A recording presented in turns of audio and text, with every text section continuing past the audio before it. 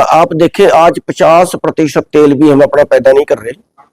1 लाख करोड़ रुपया खाली खाने वाले तेल में भारत के खजाने से निकल के विदेशों में जा रहा है।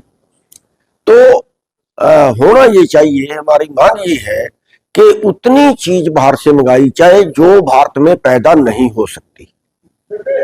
और दूसरी चीज, जो निर्यात है उस निर्यात को बिल्कुल टैक्स फ्री करना चाहिए।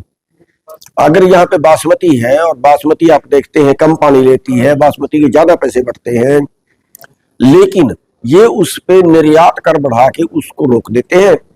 रोकने के बाद यहाँ पे जो दूसरा धान है उसकी पैदावार बढ़ जाती है, वो पानी भी ज्यादा लगता है, वो खरीदने वाला भी कोई नहीं है, उसमें फिर घोटाले पे घोटाला। अब की बार अगर आप देखें हरियाणा में ही 5,000 करोड़ का घोटाला है। क्यों? जो मार्केट है, मार्केट में उसका रेट 1400-1500 रुपए है, एमएसपी उसका 2400 रुपए है, सरकार से 2389, सरकार से 2389 ले लिए और किसान की जेब में 1500-1600 ये रेट गया, 1800 गया। तो ये इन चीजों के ऊपर जो है ब्रेक लगानी है। और उसके लिए जो वर्ल्ड मार्केट की बात है या राष्ट्रीय लेवल की बात है, उसके लिए ये तय किया है कि फरवरी महीने में एक जो देश के अन्य संगठन है उनसे भी कोई राय मशवरा किया जाए और राय मशवरा करके राष्ट्रीय एजेंडा हमारा क्या हो, उसके ऊपर हम काम कैसे करें, जो अंतरराष्ट्रीय दबाव है उसका मुकाबला हम कैसे करें, तो उस पे आगे बढ़ा जाएगा।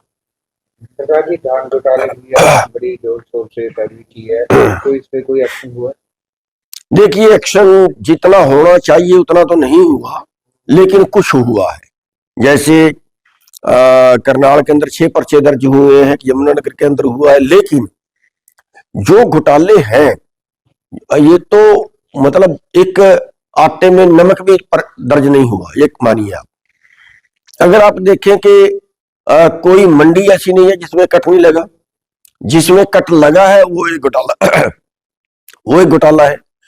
जो पोर्टल है जो किसी ने कराया नहीं, 1,36,000 एकड़ का पोर्टल वेरीफाई हो गया, कितना बड़ा घोटाला है। और एक भी आदमी को सजा नहीं हुई।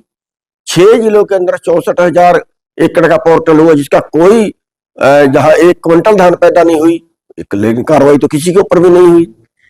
जो चावल के ट्रक पकड़वाए, धान के ट्रक बाहर से पकड़वाए। आप देखें जो 2 रुपए किलो वाला चावल जो मजदूरों में बांटते हैं, एक और घोटाला मैं इसको कहूंगा, और बल्कि इसको एक बड़ा अन्याय, बड़ा अनर्थ भी इसको कहूंगा।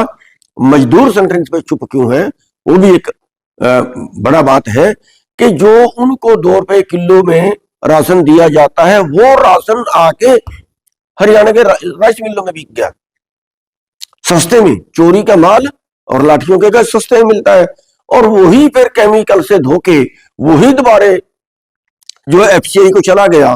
15,000 रुपए ट्रक एफसीआई रिश्वत लेती है, और वो उस रिश्वत में वो चावल भी, पुराना चावल भी चलता है। हालांकि उसके पास मशीनें हैं कि वो चेक कर सकती है कि ये चावल कितना पुराना है।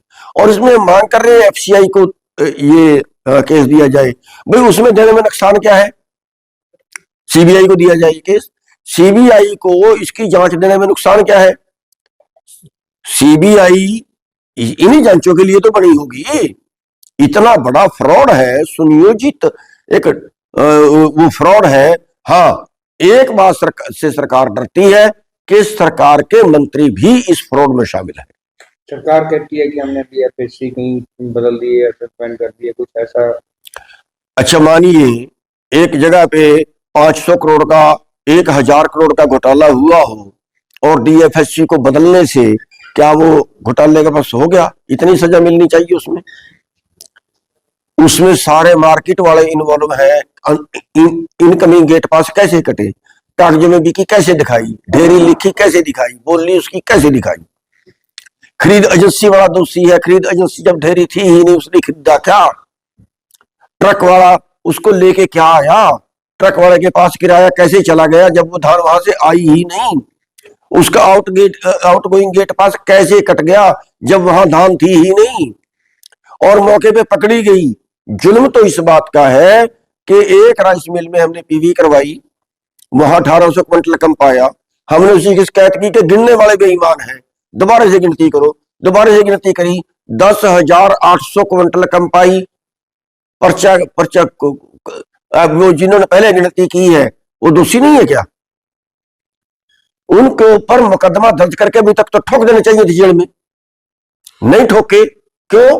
ये कहीं ना कहीं मंत्री से, किसी मंत्री से सेटिंग है भाई।